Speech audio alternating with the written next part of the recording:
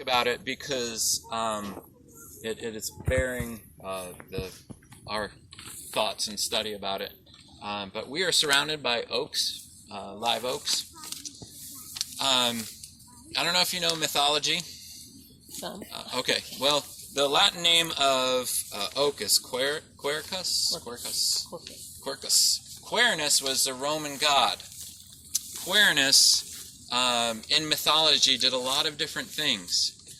In fact, Romulus, who founded Rome, once he died, he was the embodiment of Quernus. So, when he died, the founder of Rome, the myth goes that they planted his body all over the place. And from that grew the mighty oak tree. And that's why hunters would use the mighty oak for their spears. So think of like Romulus being that like warrior god that conquered area, but then think of oak seeds, acorns that were planted and they would take over a forest. That happens here.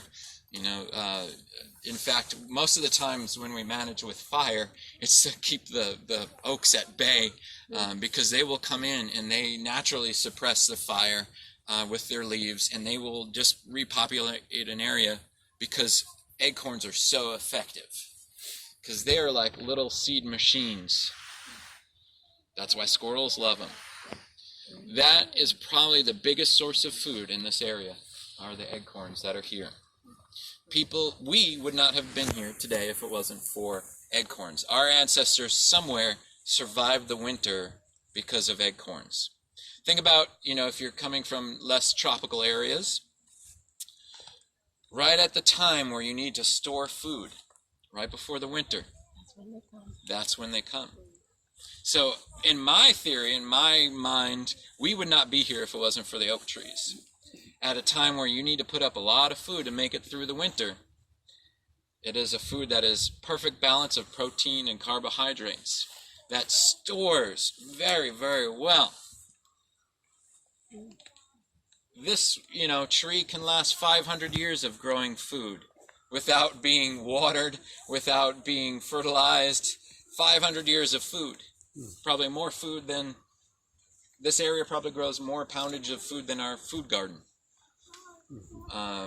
So, a couple of things about the acorns. They are not edible raw. You've got to process the tannic acid out of it somehow. So either my favorite method of just boiling the acorns, you have to shell them, take the shell off, and then the seed inside. You have to either boil it in a couple of changes of water.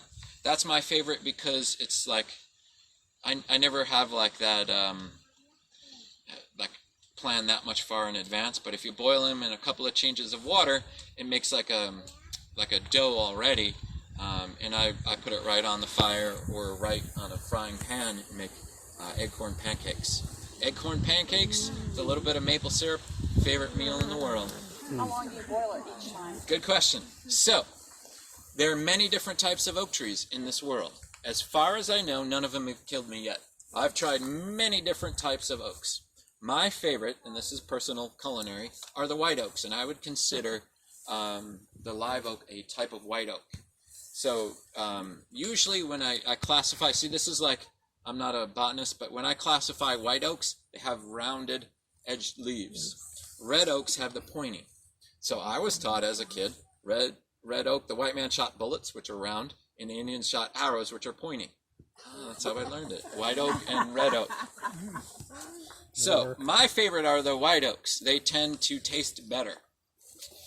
I also like the bigger oak acorn because it's just easier to peel. But one night, I would say 4 or 5 hours of work of with a knife, gently pulling the seed, cracking the seed off, and chucking them in a bucket. I fed 40 people in one night of work. You can't beat that. Yeah. You really can't beat that.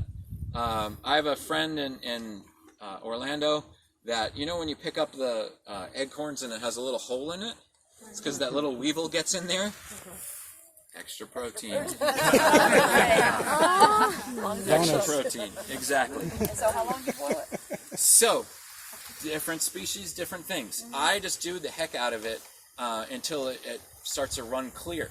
I have a friend, and my wife won't let me do this, but I have a friend that has a mesh sack and puts the peeled acorns in the tank of your toilet because it's just fresh water that goes through. Okay. I know, and my wife won't let me do it because I'm saying the tannic acid is also a cleaner.